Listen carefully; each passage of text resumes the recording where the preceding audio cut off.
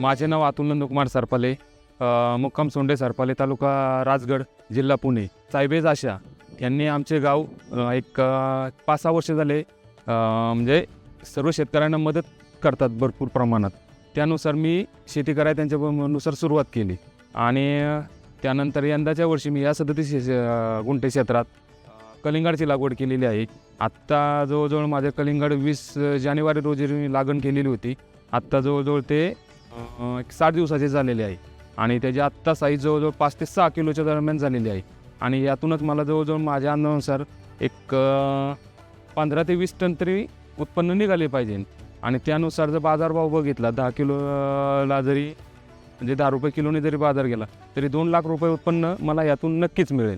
आणि हे जे सर्व झालेलं आहे ते साहेबेज आशा ह्यांनी जे आम्हाला मोलाचे सहकार्य केलेले आहे, त्यांचे जे प्रतिनिधी ते 3 ते 4 दिवसांनी आमच्या प्लॉटवर येतात. प्लॉटची कसं आहे ते पाहतात. त्यानंतर कोणते खत लागणार आहे, त्यांची कोणती फवारणी करायची, हे जवळजवळ एकदम नियोजनबद्ध सांगतात आम्हाला.